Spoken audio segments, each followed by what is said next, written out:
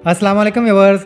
हज़रत अबादा बिन सामत रज़ी अल्लाह ताला अन्हु बयान करते हैं, रसूलुल्लाह सल्लल्लाहु अलैहि वसल्लम ने जबकि आपके सहाबा कराम की एक जमात आपके इर्द गिर्द थी, फरमाया तुम इस बात पर मेरी बैत करो कि तुम अल्लाह के साथ किसी को शरीक नहीं बनाओगे, तुम चोरी करोगे ना जना करोगे, तुम अपनी औलाद को कत्ल करोगे ना अपनी तरफ से किसी पर बहतान लगाओगे और ना ही मारूफ में नाफरमानी करोगे।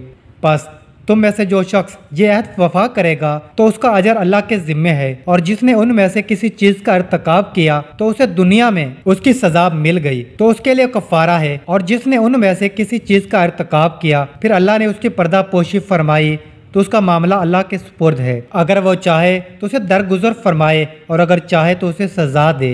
बस हमने इस पर आपकी बैत कर ली। हज़रत अबू अमामा रज़ी अल्लाह ताला अन्हु बयान करते हैं, रसूलुल्लाह सल्लल्लाहु अलैहि वसल्लम ने फरमाया, जिस शख्स ने अल्लाह के लिए मोहब्बत की, अल्लाह की खातर बुग़्ज़ रखा, अल्लाह की रज़ा की खातर अता किया और अल्लाह के लिए रोक लिया तो उसने ईमान मुकम्मल कर लिया। आज का सवाल, अरफात के मैदान में हाजी कब जमा होते हैं? जवाब कमेंट्स करें। अल्लाह ताला हमें इन अहादीस मुबारक पर अमल करने और अपनी जिंदगियों को संवारने की तौफीक अता फरमाए, आमीन। मजीद इस तरह के इस्लामिक वीडियो देखने के लिए चैनल जरूर सब्सक्राइब कर लें। जज़ाकल्लाह।